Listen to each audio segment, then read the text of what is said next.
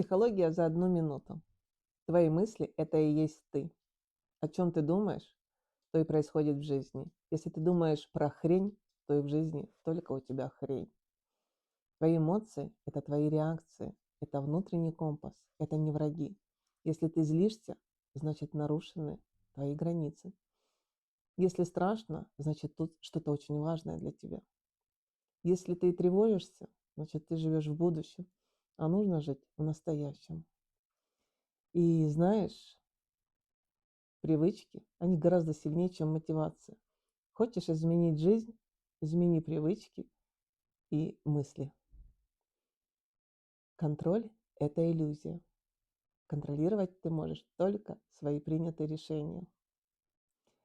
И прошлое– это как книга. Ее можно читать, но в ней жить не стоит. Ты строитель своей жизни. Если коротко, то жизнь строится с твоих мыслей, принятых решений и эмоций. Запомни это.